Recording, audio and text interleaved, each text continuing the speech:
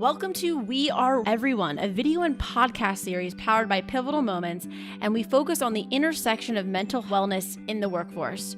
We bring together young professionals and mindful executive mentors to bridge the generational gap and bring to the surface conversations about the importance of mental wellness and how to overcome career tradition challenges. Mental wellness is paramount. Join us.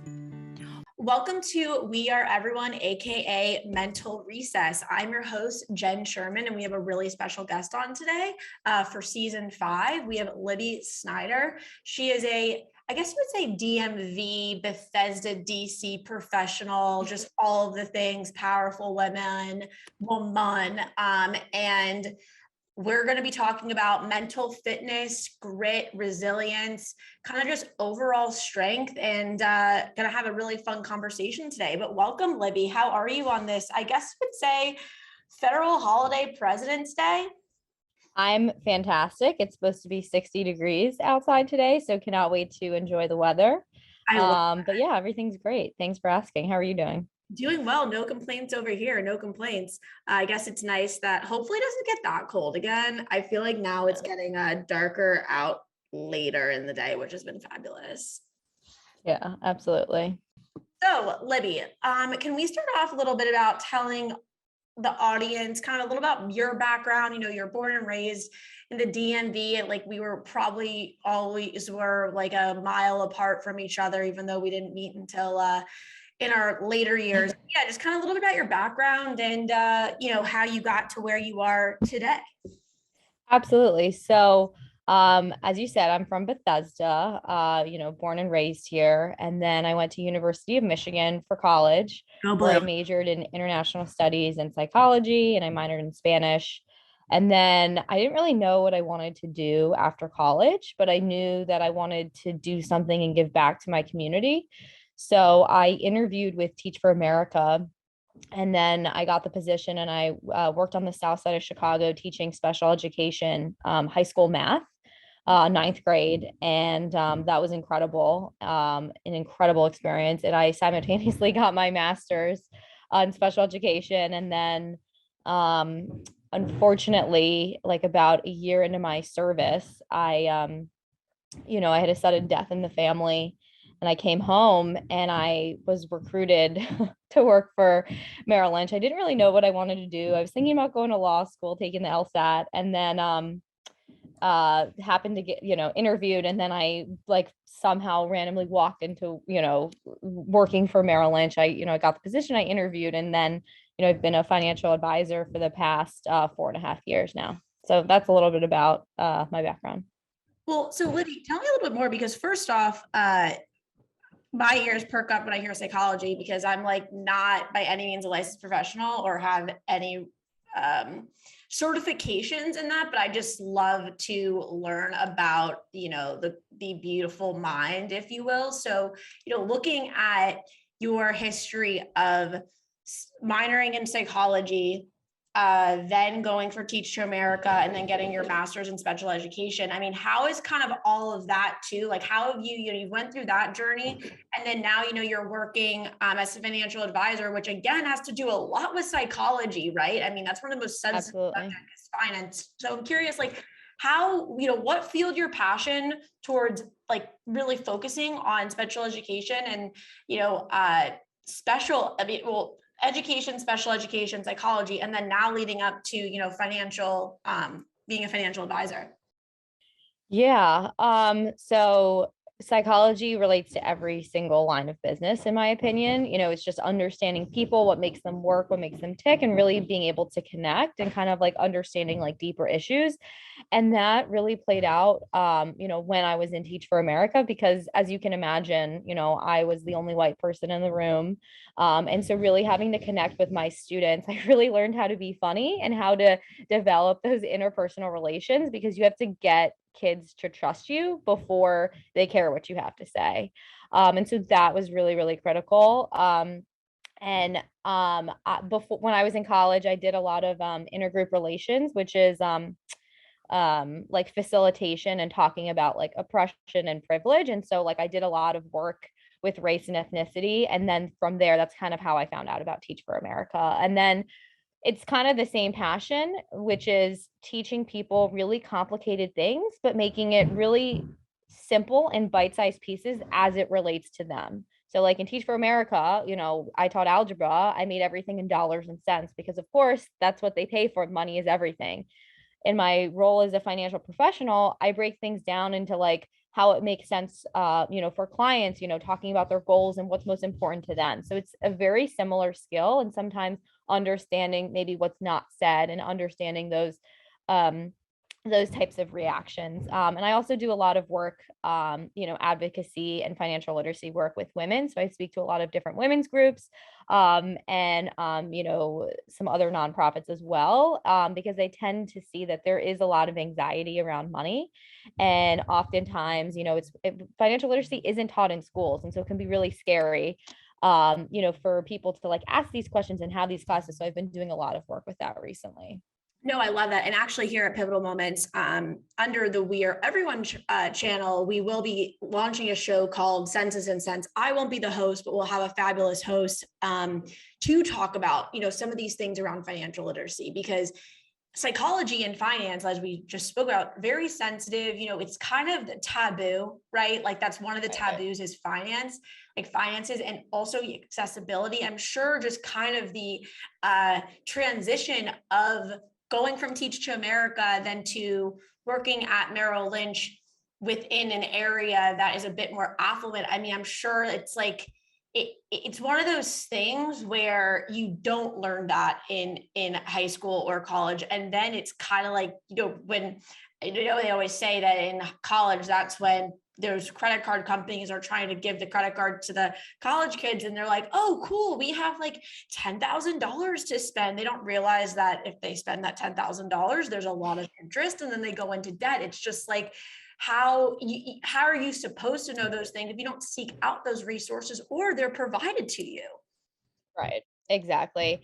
I mean, I just think that, and sorry, I'm sure you can hear this. I'm having some construction done on my home. No, it's okay. But our engineer will hopefully be able to, you know, take all that out, take all the background noise out, but it's all good.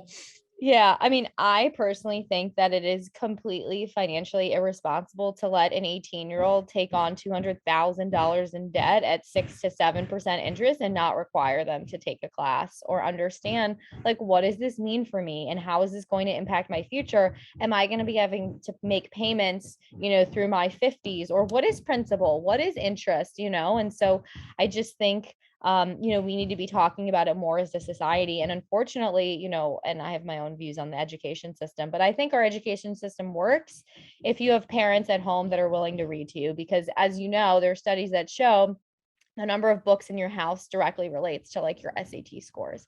And so if you don't have someone at home that's talking to you about these things, even finance, you know, or like, what is a credit card? What is a budget? If I give $100, you know, what does that mean I can spend, you know, taxes, all of that stuff. And so none of that is really talked about. And so I think it's really critical that we have these conversations. And, you know, even in mentorship, you know, when you do have a mentor, like that should definitely be something that is spoken about. And you know, education is critical. Education is empowerment. And that's why I'm so focused and why I've been so focused on education, you know, throughout my career, just in different ways.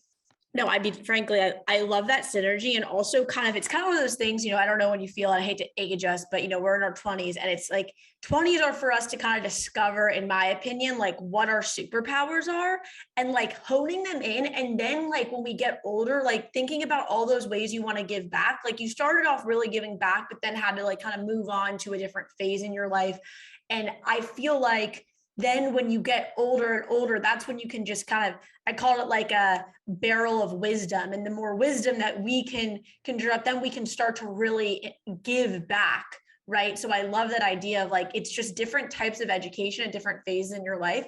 And to your point, I mean, I remember the only reason why, the way that I really had my relationship with finances formed was, you know, when I was little, and while I didn't necessarily have books lying around that I was reading, but I would just sit in my mom's office all the time as she was balancing a checkbook, and she would just kind of, as she was doing it, just kind of giving me these one-liners of stuff, and I was just soaking up that information, not sure how that was going to be applied. But I think to your point, it's like these banks, and again, this is just kind of from my experience, like just in America or whatever, there is so much access to capital in some regards, but banks will kind of give you, they'll give you a loan, but then you don't necessarily know the consequences of what that loan looks like. So let's just say you do decide to get a loan for $200,000 for school. And then later on, and maybe that money that you're paying a month for that loan could be just as much as like a car payment, which is not a ton, right? Like every day. Having said that, how will that loan then impact if you want to buy a house, if you want to do this, if you want to do that? They don't think that far ahead sometimes when you're just like in the throes of, I need to get into school and I want to go to this school and I have no other means of paying for it than to get a loan, right? So it's just interesting. Yeah, no, absolutely. And it's because, I mean, you're 18 years old, like you can't even drink alcohol, like, how are you supposed to think for yourself? Our brains don't fully develop, back to psychology, until we're 28, 29 years old. And so it's like, where does the responsibility come in? And that's just so critical. And I wouldn't expect an 18-year-old to figure that out. But at the same time, you're co-signing for, what some people could consider a mortgage, so it is important to understand that and, the potential implications and consequences, because it is going to be affecting you for the rest of your life. 110%. Well, I've always said you feel like a very wise old soul to me as I've had my conversations too. So I'm kind of curious, one thing we talk about a lot at Pivotal Moments Media is mental fitness. And mental fitness I know that what meant the word fitness sometimes can be a trigger, it can be, depending on who you're talking to, right? Because it's kind of intense fitness. You have to work out, but it's at Pivotal Moments, that's not the connotation around fitness. We really like to talk about being proactive about mental health than reactive.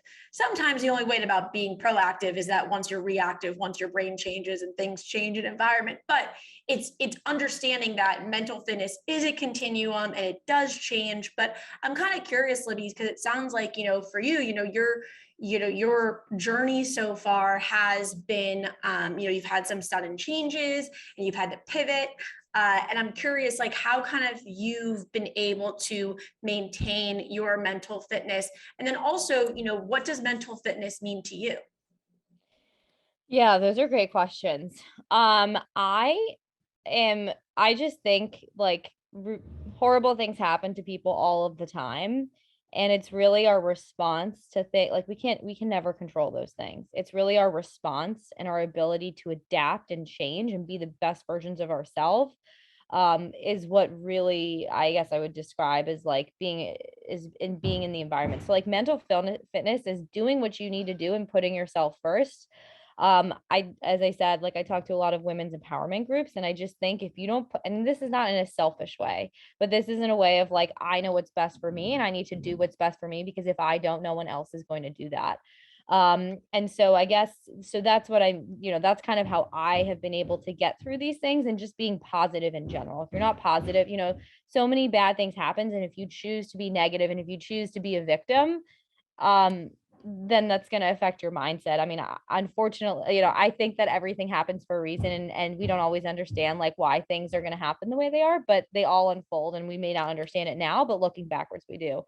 So I guess mental fitness for me is just like doing what I need to do to make sure that I can get done what's most important to me, and like prioritizing those things, because we can't be all things to all people, and just figuring out what we want to do and then doing them. So we were saying that in regards to kind of like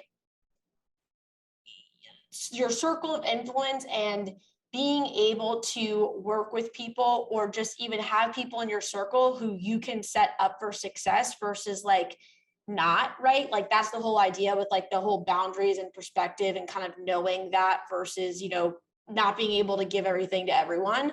So I'm just curious kind of like how you not evaluate, but I guess evaluate on a daily basis, and like when you're working and also in your personal life, like how you can disseminate between, I don't even know if disseminate is the right word here, but how you can like decide who, what, where, who kind of aligns with your values and all of that jazz, since you are dealing with sensitive subjects.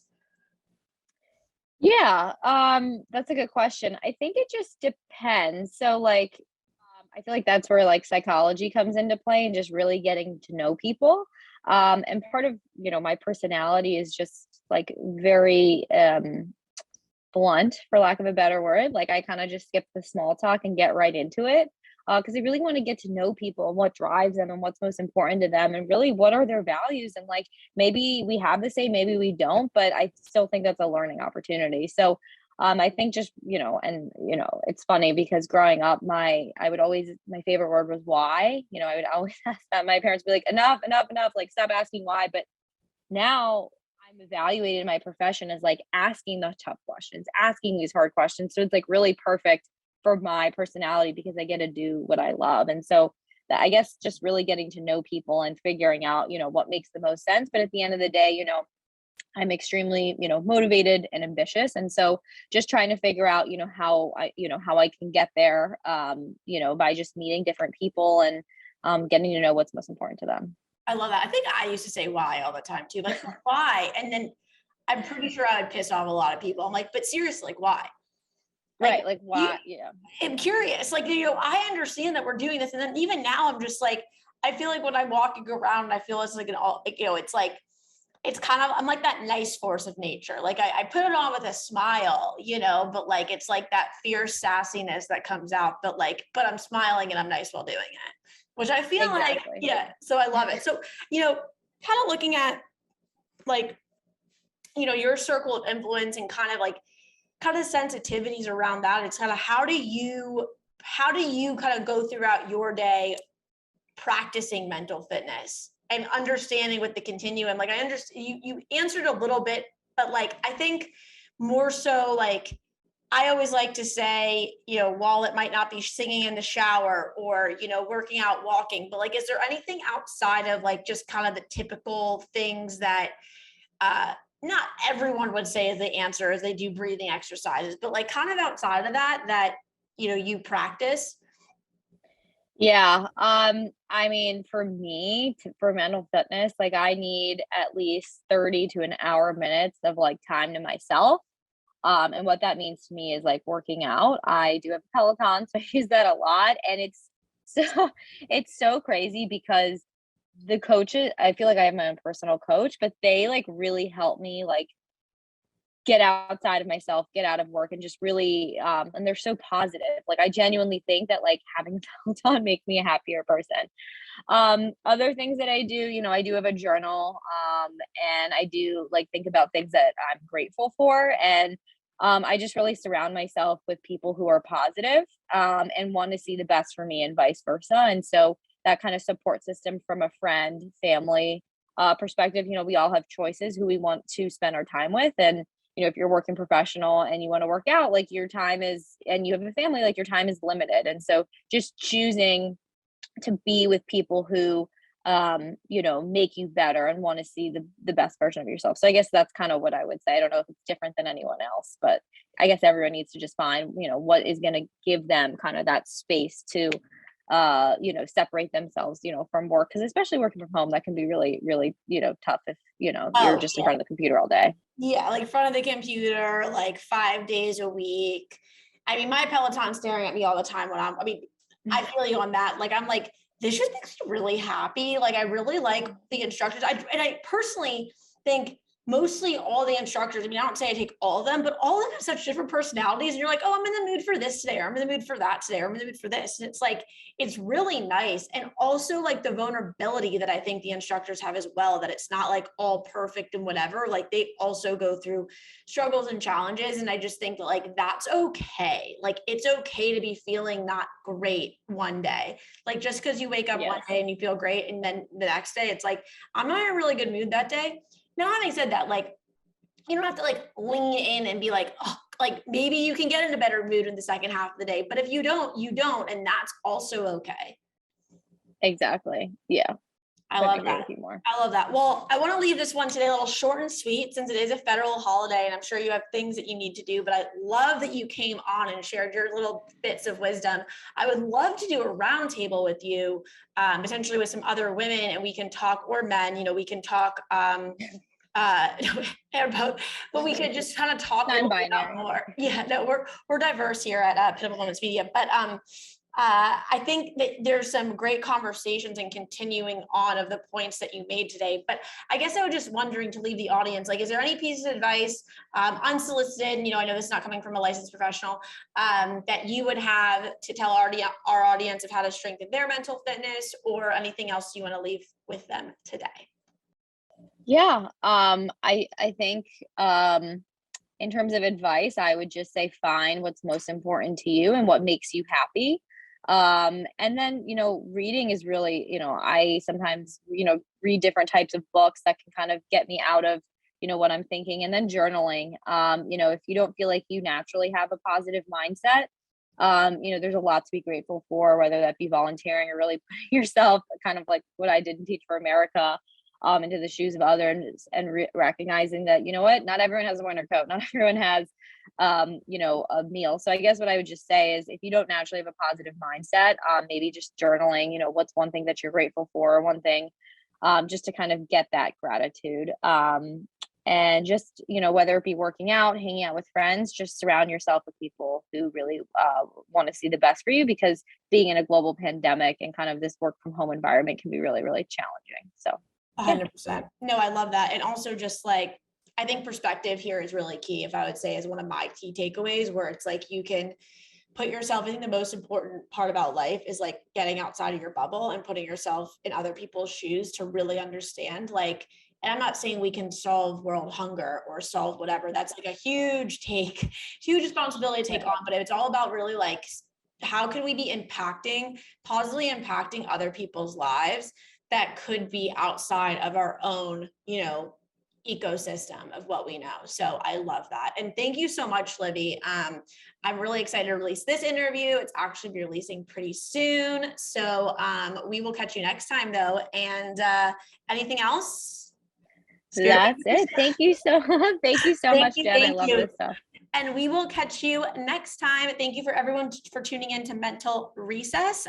This has been a fun mental recess that we've had today, and we will catch you next time. Thanks. Thank you for tuning into another episode of We Are Everyone. You can subscribe to We Are Everyone on iTunes, Spotify, YouTube, and also be sure to visit www.pivotalmoments.org to learn more about the organization. And we also want to hear what mental wellness means to you. So you can follow us on social media, submit your video, and we will catch you next time. Thank you so much.